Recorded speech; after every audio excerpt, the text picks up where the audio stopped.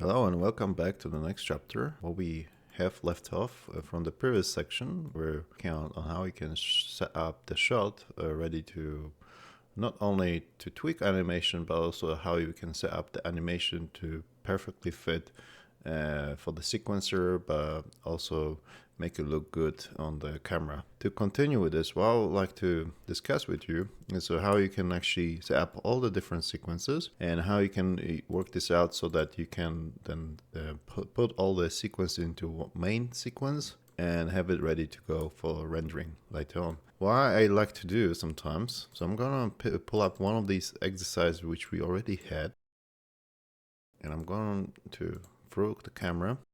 And what's so cool about it is that it's good to kind of work with something that perhaps already exists, but also check out any references online for like video commercials and any cars driving videos. So in this case, what I found out is like I pulled out one of these cool commercials from Porsche. It seems like it's an ideal candidate for this exercise. So as you can see, you play through, you see some of these shots.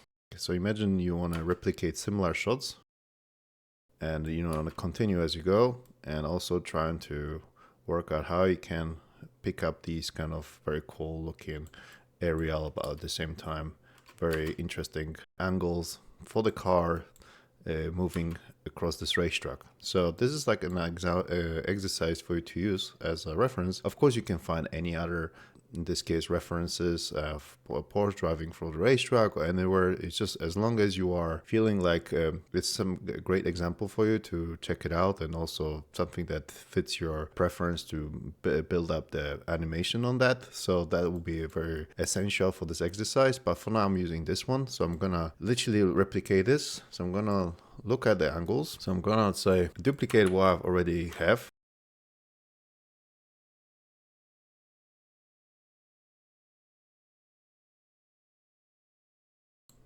O2. So let's start with O1. So I'm gonna select this one, move it up this way. Let me just move this up this way. And I'm trying to do is to, actually I'm going to start, let's make the life a bit easier. I'm going to literally push it this way, backward, and then I pick up what the points that we are using.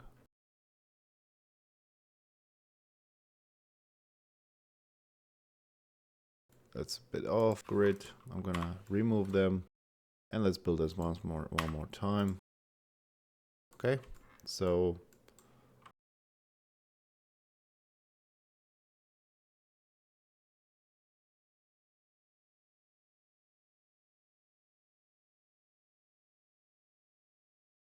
and then I'm gonna duplicate it.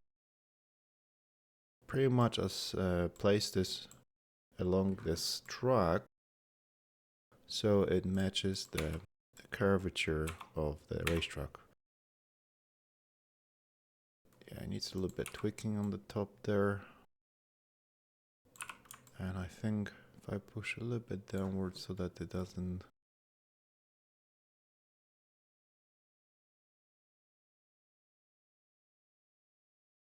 We just need to extend a bit more so we have that shot that's driving through that racetrack towards the end.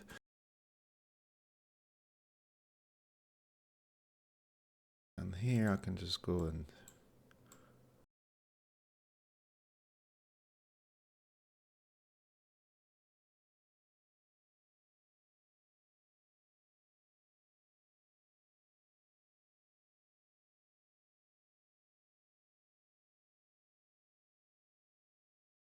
all right, cool. So I think we're good to go. So you see that's really cool shot, right? So now I can then go to my camera, and what I can do is then also check if we can control our rig by doing this very cool shot like we have here.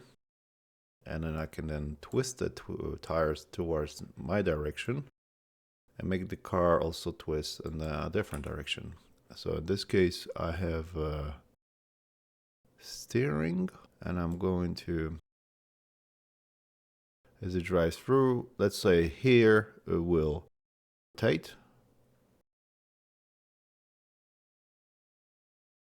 So in this case, we will use this shot here, and then we are going to rotate and then this kind of angle, and then let me just make it a little bigger. Okay, and then here, let's say it changes direction somewhere around this here. Just entire car. So that means I need to go on a transform and then rotate the car right there. So if I go and then yaw it, so it doesn't look too obviously like that. And let me check from the different angle. So it drives like that, crazy drives, and then here around when it goes to the straight line there, it will straighten up just like we want it to be. And then I'm gonna set this to 0.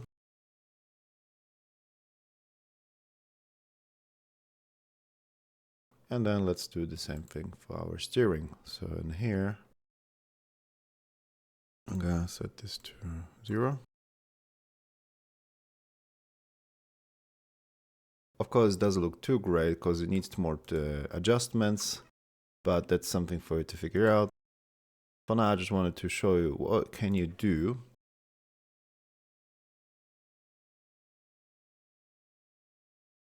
So maybe here.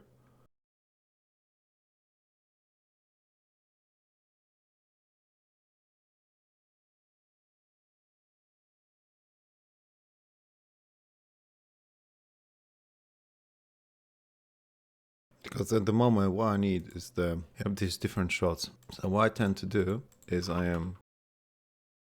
just delete that one.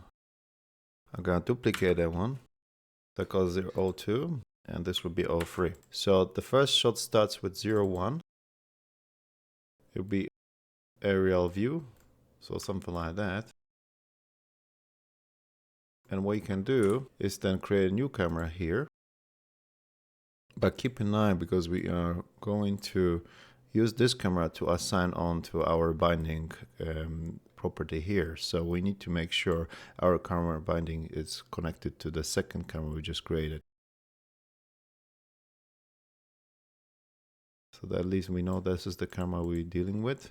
So then I can go upwards.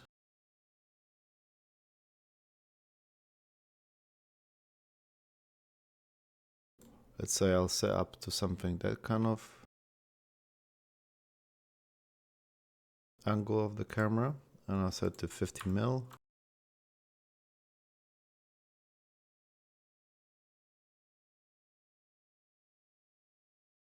And for this one, I'm gonna use like some animation. So in this case, let's say it comes from that, and then I will literally transform this location to this location there. As you can see, well, let's make this a bit slower. And what's so cool about it is that you can also do a slow-mo, because this is way too fast. So for example, if you want to add something very cool about it, then you can create time dilation setting for this too, so that instead of going fast, you can go slow by setting to factor 0.5. As you can see now, we can even go slower. As you can see, you can do this. And then keyframe at certain sections. So if you don't have to literally do this at that point. So let's say when it enters to this track, then it's set to 1. But then when it comes to this curvature here, it will slow it down by doing this dilation effect. And then you do this, and then you can save that. And we can go back to another now sequence, this one, the second one. And we can use this guy. And we can repeat the same process. And then we'll do the dilation here as well. Time dilation set to like something like 0.4.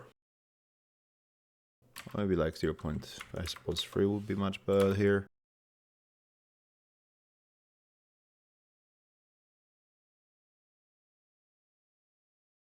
And then we can maybe Maybe slightly tilt the camera.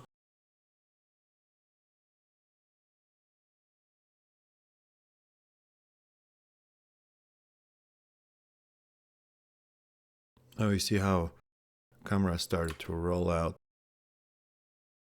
Goes back to its zero roll position of the rotation. Because we already had the animated camera before.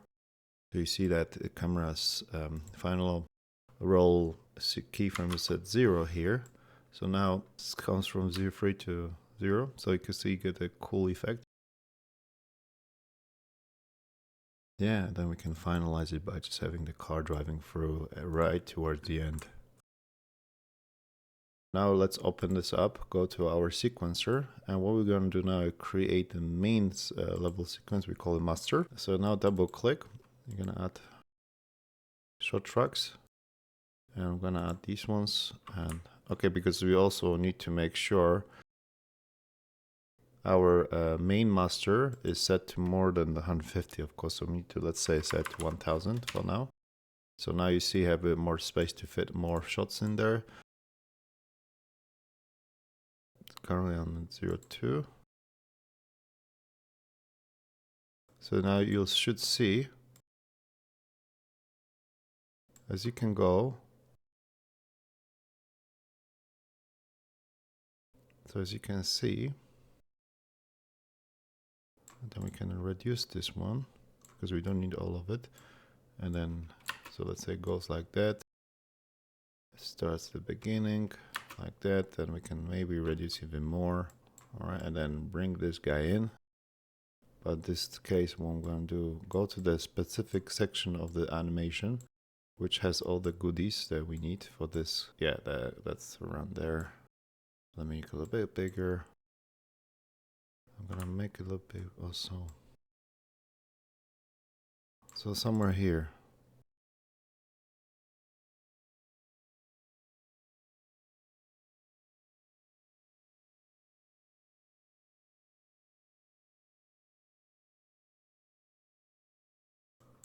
So if you play it,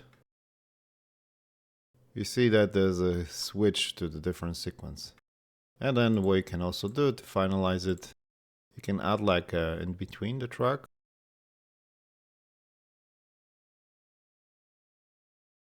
Like fade as well. Go and add the fade effect.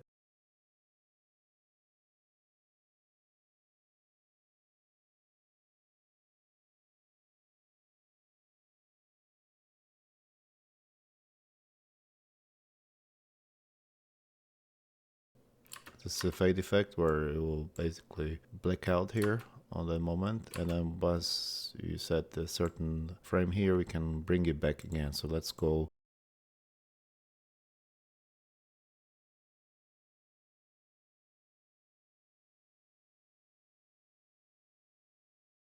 So let me just check. And now that plays it. Of course, we need to set this to 24.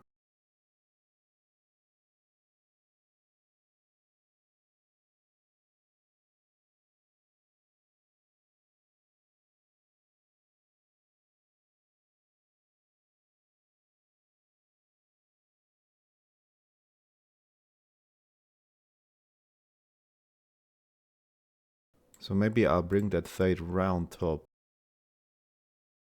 and the bottom. So as you can see, what I've just created, just a very simple animation track, is it starts to play from here, and then it goes back to the track position, and then it fades the screen, and then fades back in. So did you see that whole flow here? So it's like, it gives you that very cool effect to work on when you're trying to work with your animation. So that's just like the little information for you to know about how you can create sequences and put them into main sequencer later on when you start to render.